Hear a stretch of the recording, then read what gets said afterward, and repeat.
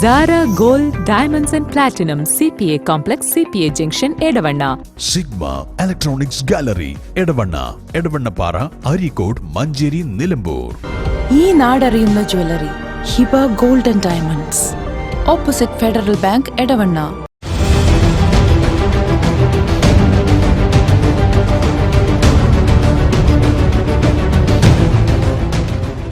അതിശയിപ്പിക്കുന്ന വിലക്കുറവുമായി emirates tiles and sanitaries near Seethi Haji bridge, Nilambur road, Edavanna. 22 വർഷത്തെ പ്രവർത്തന പാരമ്പര്യവുമായി എടവണ്ണയുടെ ഹൃദയഭാഗത്ത് അത്യാധുനിക സൗകര്യങ്ങളോടെ വിദഗ്ധരായ ഡോക്ടർമാരുടെ സേവനവുമായി ജനമനസ്സുകളിൽ ഇടം നേടിക്കൊണ്ട് രാജഗിരി ഹോസ്പിറ്റൽ, എടവണ്ണ. PV അൻവർ MLA-ക്കെതിരെ CPIM നേതാവ് TK ഹംസ. അൻവറിന് ന്യായമായൊരു കാര്യവും പറയാൻ കഴിഞ്ഞിട്ടില്ല. കോൺഗ്രസിനും ലീഗിനും വേണ്ടതിനാൽ അൻവർ ചെന്നൈയിലേക്ക് പോയെന്നും അദ്ദേഹം പറഞ്ഞു. 98 MLA-മാർക്കും ഇല്ലാത്ത അഭിപ്രായമാണ് അൻവറിനെന്ന് അദ്ദേഹം വിമർശിച്ചു. നിലമ്പൂരിൽ നടക്കുന്ന CPIM രാഷ്ട്രീയ വിശദീകരണ യോഗത്തിലായിരുന്നു അദ്ദേഹത്തിന്റെ പ്രതികരണം. മലപ്പുറം എന്ന് പറയുമ്പോൾ ഇവർക്ക് എന്തോ പറ്റിയ മാതിരി, ഇവരെ തറവാട്ട് സ്വത്തിന്റെ മാതിരി. അപ്പം അതിൽ തന്നെ ഉണ്ടാകുന്ന ആ വികാരം നമുക്ക് സ്വീകരിക്കാൻ പറ്റുമോ? കോഴിക്കോട് വിമാനത്താവളം മലപ്പുറത്താണ്, മലപ്പുറം ജില്ലയിലാണ്. ആ ജില്ല വഴിക്കാണ് 150 കിലോ സ്വർണം 5 കൊല്ലം കൊണ്ട് കൊണ്ടുവന്നത്. ഇന്നലെ ഒരാൾ സ്വർണം കടത്തി കൊണ്ടുവന്നിട്ടുള്ള അതിൻ്റെ ഫോട്ടോ എൻ്റെ മൊബൈലിലുണ്ട്. ഞാൻ ഇപ്പോൾ ചിത്രീകരിച്ച് കാണിച്ചു തരാൻ വേണ്ടിക്കിടന്നില്ല. 60 ലക്ഷം ഉറുപ്പിക വില വരുന്ന 1677 ഗ്രാം സ്വർണമാണ് കടത്തിയത്. ആരാണ് കടത്തിയതെന്നറിയോ? അതാ രസം. മുനീർ ബാബു, KMCC, മുബീർ ബാബു, ഫൈസി സഹാഫി വഹാഫി എന്നൊക്കെ പറഞ്ഞ് ഞങ്ങൾക്കറിയില്ലേ? നമ്മളെ മുസ്ലിയറാണ് ഫൈസി. മുനീർ ബാബു ഫൈസിയാണ്.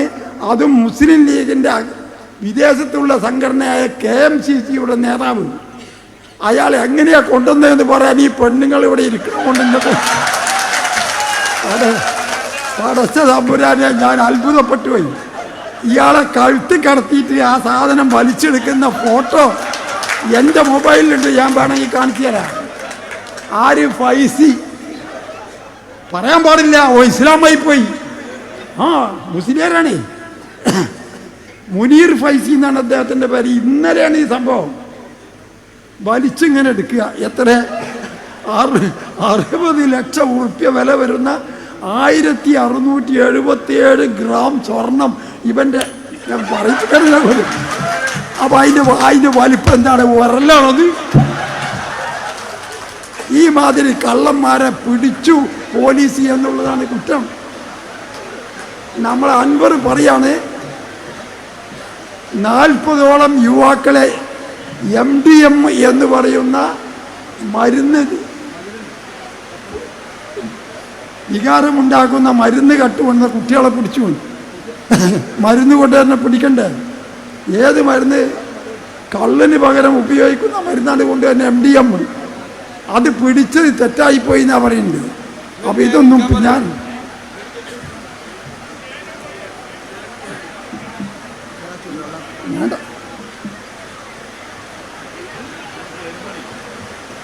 അപ്പോൾ ഇതൊന്നും ഞാൻ വിശദീകരിച്ച് പറയുന്നില്ല. മടിയും വന്നതുകൊണ്ട് അത്ഭുതകരമായ ഒരു സംഭവമാണ്. അദ്ദേഹം നമ്മുടെ ജില്ലാ സെക്രട്ടറി EN മോഹൻദാസിനെ പറ്റി പറയാണ്, നിസ്കരിക്കാൻ സംഭവിച്ചില്ല. ഇവരാരാ? ശേഖത്തുവേ. നിസ്കാരം എന്താണെന്ന് അറിയോ അയാൾക്ക്?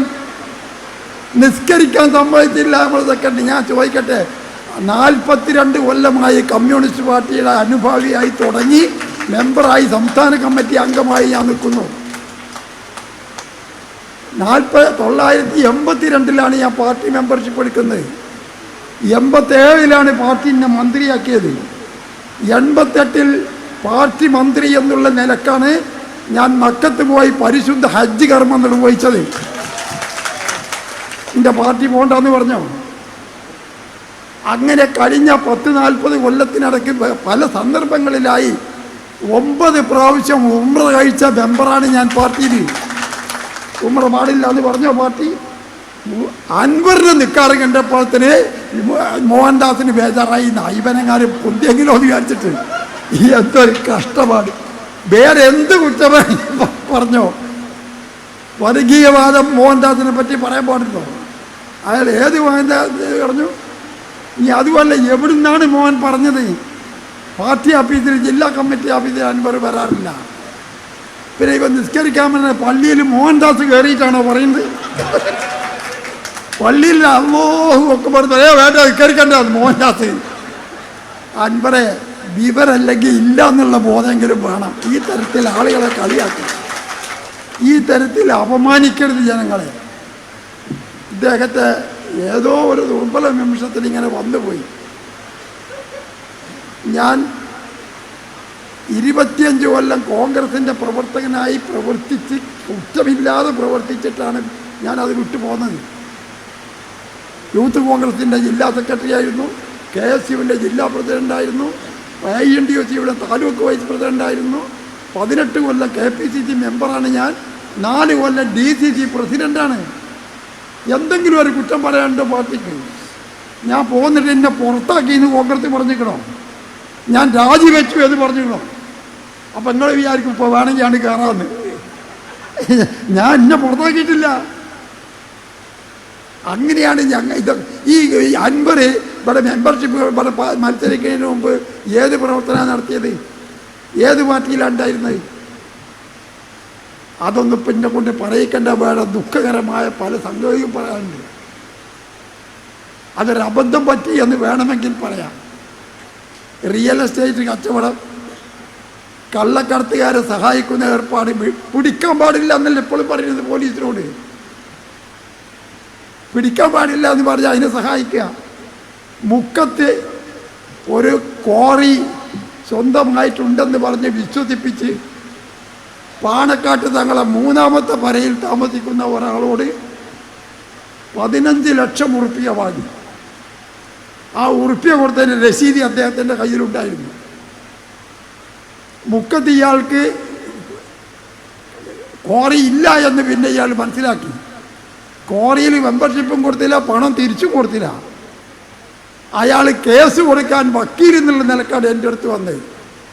അപ്പം ഞാൻ പറഞ്ഞു, ഞാനിപ്പോൾ കോടതിയിൽ പോകാറില്ല, ഞാൻ മതിയാക്കി ഞാൻ വേറൊരു വക്കീലിനെ ഏൽപ്പിച്ചു കൊടുത്തു. ആ വക്കീൽ മുഖേന മലപ്പുറം മഞ്ചേരി കോടതിയിൽ കൊടുത്ത കേസ് ഇപ്പോഴും തീരുമാനമായിട്ടില്ല. ഇതായിരുന്നു ഇദ്ദേഹത്തിൻ്റെ അന്നത്തെ പണി. ഈ പണിയിക്കുന്ന ആളാണ് നമ്മളെ അഴിമതി പറയുന്നത്. ആഭ്യന്തര വകുപ്പ് പോലീസ് തകർന്നു എന്ന് പറയുന്നത്. പോലീസിൽ തെറ്റ് ചെയ്തവരുണ്ടാവും, അതിന് മുഴുവൻ പോലീസുകാരും പറയാണ് 24 മണിക്കൂർ കൊണ്ടാണ് ഇപ്പോൾ പിടിക്കണേ. ഞാൻ ചോദിക്കട്ടെ, കേരളത്തിൽ എവിടെയെങ്കിലും ഒരു വർഗീയ കലാപം ഉണ്ടായോ? ബേപ്പൂർ മണ്ഡലത്തിലല്ലേ വലിയ അത്ഭുതകരമായ കലാപം ഉണ്ടായത്.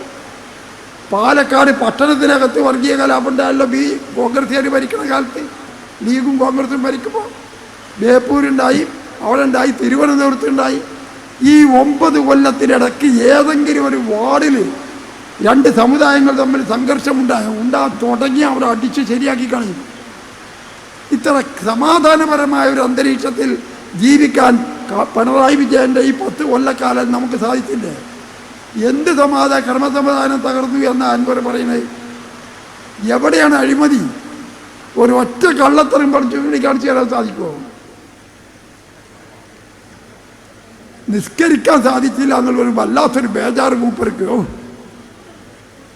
ആ ജാതി കള്ളത്തരം പറഞ്ഞ് ഇവിടെ മതവികാരം ഉണ്ടാക്കാനാണ് ഈ നിസ്കരിക്കാൻ കഴിയുന്നില്ല, അതിന് പാർട്ടി അനുവദിച്ചില്ല, ഇതൊക്കെ പറയേണ്ടി. ഇങ്ങനെ മതത്തെ കൊണ്ട് കച്ചവടം ചെയ്തിട്ട് കമ്മ്യൂണിസ്റ്റ് പാർട്ടിയെ ഒറ്റപ്പെടുത്താമെന്നല്ലേ നിങ്ങളെ വിചാരം? മതവർഗീയ വികാരം ഇളക്കി വിട്ട് മനുഷ്യരെ തമ്മിൽ അടുപ്പിക്കുന്ന സമ്പ്രദായത്തെ അനുകൂലിക്കാൻ നിവൃത്തിയില്ല എന്നതല്ലേ കമ്മ്യൂണിസ്റ്റ് പാർട്ടിയുടെ നയം. അതിനെ തകർക്കാനാണ്. ഇപ്പം ഞാൻ തൃശ്ശൂർ BJPയുടെ സ്ഥാനാർത്ഥി ആദ്യമായിട്ട് ജയിച്ചു. കമ്മ്യൂണിസ്റ്റും BJPയുടെ ബന്ധം കൊണ്ടാണോ ജയിച്ചത്? അപ്പം നമ്മളെ വോട്ടല്ലേ കുറയേണ്ടത്? നമ്മളെ സ്ഥാനാർത്ഥിക്ക് 16,600 വോട്ട് കൂടുതലാണ്. കോൺഗ്രസിലെ കരുണാകരൻ്റെ മകൻ മുരളീധരനെ വടകരയിൽ നിന്ന് ക്ഷണിച്ചു കൊണ്ടുവന്ന് ഉറച്ച സീറ്റാണ് പറഞ്ഞ് നിർത്തിച്ചു. അവിടുത്തെ DCCയുടെ പ്രസിഡന്റായിരുന്നു ആദ്യത്തെ സ്ഥാനാർത്ഥിയായി ജയിച്ച MP. അദ്ദേഹം പിന്നെ അനങ്ങിയിട്ടില്ല. വോട്ട് എണ്ണി നോക്കുമ്പോൾ 78,000 വോട്ട് കോൺഗ്രസിൻ്റെത് കാണാനില്ല, ആ BJPക്ക് അവിടുത്തെ. എന്നിട്ട് കുറ്റം ഞമ്മക്ക്. BJPനെ ജയിപ്പിച്ച നമ്മളെ തൃശ്ശൂർ പൂരം കലങ്ങിയതോ അത് തോന്നിവാസികൾ തെറ്റ് ചെയ്തിട്ടുണ്ടാവും. അത് നടപടിയെടുത്തതിൽ പോരായ്മ ഉണ്ട് എന്ന് കണ്ടാൽ ഞങ്ങൾ നടപടിയെടുത്തോളാം എന്ന് പാർട്ടി പറഞ്ഞിട്ടുണ്ട്. സഖാവ് വിജയരാഘവൻ വ്യക്തമായിട്ട് പറഞ്ഞു, ആ ADGPനെ നടപടിയെടുത്തില്ല എന്നാണ് ഇപ്പം എൻ്റെ ആക്ഷേപം. ADGP, DGP, collector, deputy collector, secretary ഇവരൊക്കെ IAS, IPS കാഡറിലുള്ളവരാണ്. അവരെ സംസ്ഥാന ഗവൺമെൻറ്റിന് നടപടിയെടുക്കാം. എങ്ങനെ വേണം? വിശദീകരണം ചോദിക്കണം. ആ വിശദീകരണം തൃപ്തിയല്ലെന്ന് കണ്ടാൽ അന്വേഷണം വെക്കണം. ഡിപ്പാർട്ട്മെൻ്റ് അന്വേഷണം. അതിൽ നിന്നും പൂർണ്ണമായിട്ട് ആ ഡിപ്പാർട്ട്മെൻറ്റ് അന്വേഷണം DGP നടത്തിയിട്ട് റിപ്പോർട്ട് കൊടുത്തു, ഇത് വിജിലൻസ് അന്വേഷണം വേണമെന്ന്. അതും ഓർഡറാക്കി കൊടുത്തു. വിജിലൻസ് അന്വേഷണം മിഞ്ഞാന്ന് രാവിലെ വന്നു. വൈകുന്നേരം 9 മണിയായപ്പോൾ തന്നെ ADGPയെ പറഞ്ഞയച്ചു, പോവാന്ന്. അത് മാത്രമാണ് അൻവറിൻ്റെ കേസെങ്കിൽ ADGP പോയല്ലോ എന്നപ്പോൾ തിരിച്ചു വന്നപ്പോൾ ഇവിടെ കയറ്റണം. ഇവിടുന്ന് നേരെ വണ്ടി കയറി കോൺഗ്രസ് ചെന്നപ്പോൾ എമ്മത്തന്മാരുടെ വളപ്പ് കടത്തൂല എന്ന് പറഞ്ഞ കാട്ടി വിട്ടു. പിന്നെ ലീഗുകാരനെ പിടിച്ചിട്ട് ഇവിടുത്തെ നമ്മുടെ ഇടക്കരെന്ന് പറയുന്ന ലീഗുകാരനെ കൊണ്ടൊരു പ്രസ്താവന കൊടുപ്പിച്ചു. പിറ്റേന്ന് കുഞ്ഞാലിക്കുട്ടി പറഞ്ഞു, പ്രസ്താവന വരാൻ പറ്റേ, ഞമ്മക്കിപ്പോൾ വേണ്ട. അപ്പം ലീഗിനും വേണ്ട, കോൺഗ്രസിനും വേണ്ട, നമ്മളെ വിട്ടും ചെയ്തു. അപ്പോഴാണ് മേപ്പെട്ട് പൊന്തിയത് മധുരാശിക്ക്. പണ്ട് നമ്മളൊക്കെ നാട്ടിൽ വാട് വിട്ടുപോലും മധുരാശിക്കും ബോംബായിക്കുമാണ്. മധുരാശി അന്ന് DMKനെ കണ്ടപ്പോൾ DMK അവിടുന്ന് പറഞ്ഞു, കമ്മ്യൂണിസ്റ്റ് പാർട്ടി ഞങ്ങളും സഖ്യകക്ഷികളാണ്, ഇവിടെ വേറെ എല്ലാ സ്ഥലത്തും ഇവിടെ എന്നെ കയറ്റൂല, പുറത്തുനിന്ന് പറഞ്ഞു. അപ്പം യാതൊരു നിവൃത്തിയില്ല, DMKയും കൂട്ടാൻ കിട്ടിയില്ല. അപ്പം ചെയ്ത പണി എന്താ അറിയോ?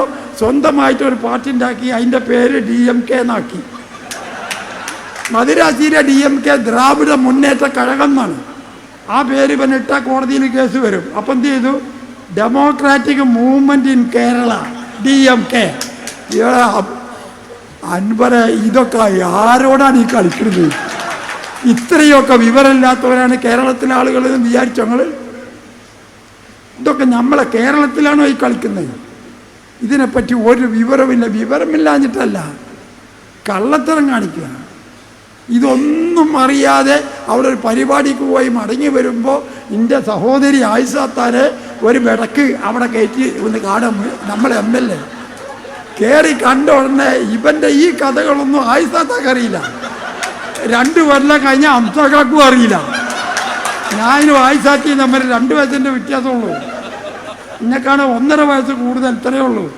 1.5 കൊല്ലം കഴിഞ്ഞാൽ എൻ്റെ സ്ഥിതി അത് തന്നെയാണ്. അപ്പം ഇതൊന്നും അറിയാത്ത ആയിഷാത്ത് അവിടെ കയറുമ്പോൾ അൻവർ വന്നിട്ട് കെട്ടിപ്പിടിച്ചിട്ട്, നിങ്ങൾ എൻ്റെ കൂടെ നിൽക്കൂല. അപ്പം നമ്മൾ MLA അല്ലേ? നിൽക്കും. ഉടനെ അത് ഫോട്ടോ എടുത്തു. പറഞ്ഞ് നമ്മൾ MLA അല്ലേ, എൻ്റെ കൂടെ പറ്റുമെന്നും അറിയില്ല, എൻ്റെ കൂടെ നിൽക്കും. ഉടനെ അത് ഫോട്ടോ എടുത്തിട്ട് പത്രത്തിൽ ആയിഷാത്തയും അൻവറിൻ്റെ കൂടെ, TK ഹംസ എൻ്റെ കൂടെ എന്ന് പറയാഞ്ഞത് എൻ്റെ ഭാഗ്യമായി. ഇങ്ങനെ ഒരു നാടകം കളി ഞാൻ കണ്ടിട്ടില്ല. നാടകത്തിലെ ബഫൂൺ കളിയല്ലേ കളിക്കുന്നതൊക്കെ. ഇതല്ല ശരി. ഞാൻ നിങ്ങളോട് ചോദിക്കട്ടെ, ഇത് തമാശയൊക്കെ വിട്. ഒരു മണ്ഡലത്തിൻ്റെ MLA ആയി നിയമസഭയിലേക്ക് പാർട്ടി അയച്ചാൽ ഒരു ഗതിയില്ലാതെ എത്തും പിടിയില്ലാതെ വന്നിട്ടല്ലേ സഹായിച്ചത്? DCC പ്രസിഡന്റായ എന്നെ കാലുവാരി ചവിട്ടി പുറത്താക്കിയപ്പോഴാണ് ഞാൻ നിലമ്പൂരിൽ വന്നത്. ഞാൻ പ്രതിഷേധ സൂചകമായിട്ടാണ് നോമിനേഷൻ കൊടുത്തത്. അപ്പോഴാണ് പാർട്ടി വന്ന് ചോദിക്കണേ, എന്നെപ്പറ്റി എല്ലാ അന്വേഷണവും നടത്തി. എന്നിട്ട് MP രാഘവനെ പാർട്ടി നിർദ്ദേശിച്ചു. പാർട്ടി വന്നിട്ട് എന്നോട് ചോദിക്കുകയാണ്, നിങ്ങൾ ഉറച്ചു നിൽക്കും, തിരിച്ചു പോകില്ല, എവിടെ ചേരും അതിപ്പോൾ പറയാൻ പറ്റില്ല, ഞങ്ങൾ തിരിച്ചു പോകില്ല എന്ന് ഉറപ്പുണ്ടെങ്കിൽ ഞങ്ങൾ പിന്തുണ തരും. പോകില്ല ഉറപ്പാണെന്ന് പറഞ്ഞു. അങ്ങനെയാണ് നിലമ്പൂർ TV-യിൽ വെച്ച് സഖാവ് MP രാഘവൻ പ്രതിനിധീകരിച്ച് പാർട്ടിയുടെ പ്രതിനിധിയായി വന്ന് എന്നെ പിന്തുണച്ചത്. ആ നിമിഷം മുതൽ ഇന്ന് വരെ എല്ലാ ശക്തിയും ഉപയോഗിച്ച് പോരാടുന്നില്ല. മനുഷ്യത്വം വേണം, അന്തസ് വേണം, ആത്മാഭിമാനം വേണം. ഒരു ഇഞ്ച് വിട്ടുകൊടുത്തു. ഒരു കൊല്ലം കഴിഞ്ഞപ്പോൾ പാർട്ടി പറഞ്ഞു നിങ്ങൾ മെമ്പർഷിപ്പ് എടുക്കണം. ഉടനെ മെമ്പർഷിപ്പ് എടുത്തു. നിരന്തരമായി പ്രവർത്തിച്ചു. Manjeri local committee, area committee, Malappuram ജില്ലാ കമ്മിറ്റി, മലപ്പുറം ജില്ലാ സെക്രട്ടേറിയറ്റ്, പിന്നെ സംസ്ഥാന കമ്മിറ്റി വരെ ഈ പാർട്ടി എത്തിച്ചു. ഇന്ത്യൻ പാർലമെന്റിലേക്ക് കേരളത്തിൻ്റെ ചരിത്രത്തിൽ ഇവിടുന്ന് ജയിച്ചത് നമ്മളങ്ങനെ. അതൊക്കെ മനുഷ്യരോട് നിൽക്കണ. ഇവനെ ഏതെങ്കിലും ഒരു സ്ഥലത്ത് ഇവരെ കയറ്റുമോ? DMK വിട്ടു, ലീഗും വിട്ടു, കോൺഗ്രസും വിട്ടു. നമ്മളെ മുന്നണിയിൽ ഇരുത്താൻ കഴിയാത്തത് കൊണ്ട് പാർലമെൻ്ററി പാർട്ടി ലീഡർ സ്പീക്കർക്ക് എഴുതി കൊടുത്തു പിന്നെ പ്രതിപക്ഷത്താക്കണം എന്ന് പറഞ്ഞ്. പ്രതിപക്ഷത്ത് അവനെ പറ്റൂല എന്നുള്ളതുകൊണ്ട് അവിടെയില്ല പടിയില്ല, രണ്ടും കെട്ട നമ്പൂരി നടുവിറ്റത്ത് കടന്ന് ചത്തുക. അവിടെ പോയി ഇരിക്കൂല എന്നാ പറഞ്ഞ പ്രതിപക്ഷത്ത്. ഇവിടുന്ന് ഇരുന്ന് ഞങ്ങൾ ഔട്ടിയോട് പുറത്താക്കും. രണ്ട് സ്ഥലത്തും ഇല്ലാതെ അസംബ്ലിക്ക് ഇന്നലെ പോയിട്ടില്ല. ഇന്നലെ അസംബ്ലിൻ്റെ ഇന്നലെ പോയിട്ടില്ല. പോയാൽ എവിടെ ഇരിക്കുക? നമ്മളെ കൂടി ഇരിക്കാൻ പാടില്ല എന്ന് എഴുതി കൊടുത്തു. സീറ്റ് അപ്പുറത്ത് കൊടുത്ത് അപ്പുറത്ത് ഇരുന്ന് ഞങ്ങൾ കാണിച്ചു തരാതാണ് കോൺഗ്രസ്സുകാർ. കാരണം ഈ ബെടക്ക് സാധനം കോൺഗ്രസ് ആണെങ്കിലും പറ്റൂല്ലോ. അതുകൊണ്ട് വല്ലാത്തൊരു സങ്കടമായിപ്പോയി. എൻ്റെ ബഹുമാനപ്പെട്ട സുഹൃത്ത് ജലീൽ പറഞ്ഞു, ഞാനും കൂടി ഈ നിലപാട് സ്വീകരിച്ചാൽ ഈ സമുദായത്തിൽ നിന്ന് ഒരാളെ ഈ പാർട്ടി വിശ്വസിക്കുമോ? പാർട്ടിക്കൊരു വിശ്വാസം വേണ്ടേ? ഒരാൾ കടന്നു വരുമ്പോൾ സാധാരണ പ്രവർത്തകരമാതിരിയല്ല ഒരു മത്സരിക്കാനാണ് വരുന്നത്. ഒരുപാട് ആളുകൾ അന്യ പാർട്ടി സഹായിച്ചിട്ടുണ്ട്. ഇത്ര ഒരു അനുഭവം വേറെ ആരിൽ നിന്നും ഉണ്ടായിട്ടില്ല. അതുകൊണ്ട് സുഹൃത്തുക്കളെ ഞാൻ ദീർഘിപ്പിക്കുന്നില്ല. എനിക്ക് പറയാനുള്ള മനുഷ്യത്വം നിലനിർത്തണം, ആത്മാർത്ഥമായിട്ട് പ്രവർത്തിക്കണം. ഞാനൊന്ന് ചവിട്ടി പുറത്താക്കിയാലും ഞാനൊന്നും പാർട്ടിയിൽ നിന്ന് പോകില്ല. അതിൻ്റെ കോലായ്മ കടന്ന് മരിക്കും ഒരു സംശയം നിങ്ങൾക്ക് വേണ്ട. കാരണം ഒരു കൊല്ലം മുമ്പ് വരെയും എന്നെ പാർട്ടി ഓരോ സ്ഥാനം തന്നിട്ടുണ്ട്, ഇനിയും തരാൻ തയ്യാറാണ്. പക്ഷേ എനിക്ക് വലിയ ആരോഗ്യമില്ലാത്തത് കൊണ്ടാണ്. ജോലിക്ക് തരുന്ന എന്തുകൊണ്ടാണ്? വിശ്വസ്തനായി പ്രവർത്തിക്കും എന്നതുകൊണ്ടാണ്. ഈ 42 കൊല്ലം പാർട്ടിയിൽ നിന്ന് ഈ സ്ഥാനങ്ങളൊക്കെ വഹിച്ചിട്ട് 25 പൈസയുടെ അഴിമതി പറയാൻ സാധിച്ചിട്ടുണ്ടോ നമ്മളെ പറ്റി? ഇതൊരു ചെറിയ സ്ഥാനത്തെത്തിയപ്പോഴത്തിന് കോറി പണയം വെച്ച് 15 ലക്ഷം ഉറുപ്പിക പാണക്കാട്ടിൽ നിന്ന് വാങ്ങിയ കേസ് കോടതിയിലുണ്ട്. എൻ്റെ പേരിൽ നോട്ടീസൊന്നും വരില്ല, എനിക്ക് ഉറപ്പാണ്. എനിക്ക് ആ കേസറിയാം. കേസ് വിധി പറഞ്ഞിട്ടില്ല. ഈ ആദി കള്ളത്തരം ചെയ്യുന്ന ആളുകളെ എന്ത് ചെയ്യാനാ വന്നു പോയി. ഇനി സൂക്ഷിച്ച് കൈകാര്യം ചെയ്യണമെന്ന് ഞങ്ങൾക്കും ബോധ്യമായി. അതുകൊണ്ട് ഞാൻ ഒന്നും പറയുന്നില്ല. പറഞ്ഞിടത്തോളം കാര്യങ്ങൾ തന്നെയാണ് പറയാനുള്ളത്. അത് ഈ തരത്തിലുള്ള ആളുകൾ രാഷ്ട്രീയത്തിന് ഒരു അപമാനമാണ് എന്ന് മാത്രമേ ഞാൻ പറയുന്നുള്ളൂ. ഇവിടെ പിന്നെ ശശിക്കെതിരെ, ശശി 5 കൊല്ലം ഞാൻ മന്ത്രിയായിരുന്ന കാലത്ത് എൻ്റെ സെക്രട്ടറി ആയിരുന്നു. 5 കൊല്ലം നായനാർ മുഖ്യമന്ത്രിയാകുമ്പോൾ അദ്ദേഹത്തിൻ്റെ പ്രൈവറ്റ് സെക്രട്ടറിയാണ്. ഇപ്പോൾ 10 കൊല്ലം പിണറായി വിജയൻ്റെ കൂടെ 20 കൊല്ലം പ്രൈവറ്റ് സെക്രട്ടറിയായി പ്രവർത്തിച്ച ശശി, പാർട്ടിയുടെ സംസ്ഥാന കമ്മിറ്റിയിലും ജില്ലാ സെക്രട്ടറിയുമായി പ്രവർത്തിച്ച ശശി എന്ത് ചെയ്തു എന്നാണ് ഇവൻ പറയുന്നത്? ശശി കള്ളനാണ്, ശശി കള്ളനാണെന്ന് പറഞ്ഞാൽ മതിയോ? ഇന്നതാണ് കള്ളത്തരം എന്ന് പറയണ്ടേ? ഇന്നതാണ് തെറ്റെന്ന് പറയണ്ടേ? ഇന്ന് വരെ പറഞ്ഞു കാണുന്നില്ല. അപ്പോൾ ഇതൊക്കെ എന്തിനാണെന്നറിയോ? ആളുകളുടെ ഇടയിൽ വെറുതെ ഒരു ചീത്തപ്പേരുണ്ടാക്കാൻ പറ്റുമോ നോക്കുക. അതിനൊന്നും പാർട്ടി മെനക്കെടൊന്നും വിചാരിക്കേണ്ട. എത്ര പ്രചാരവേലകാരെയും എത്ര പ്രസ്താവനക്കാരെയും നമ്മൾ കണ്ടിട്ടുണ്ട്. ശശിൻ്റെ ശശി പറഞ്ഞെടുത്തോളം കാര്യം കംപ്ലൈൻ്റ് ഉണ്ട്, എഴുതിക്കൊണ്ടാന്ന് പറഞ്ഞു മുഖ്യമന്ത്രി. അപ്പോൾ തെറ്റായ ചില സംഗതികൾ വെച്ച് എഴുതി കൊടുത്തിട്ടുണ്ട്. ശശി വക്കീൽ നോട്ടീസ് അയച്ചിരിക്കുമ്പോൾ കേസാകും അടുത്ത്. Zara Gold Diamonds and Platinum CPA Complex CPA Junction Edavanna. Sigma Electronics Gallery Edavanna, Edavannappara, Arikode, Manjeri, Nilambur. ഈ നാടറിയുന്ന jewellery Hiba gold and diamonds, opposite federal bank, Edavanna.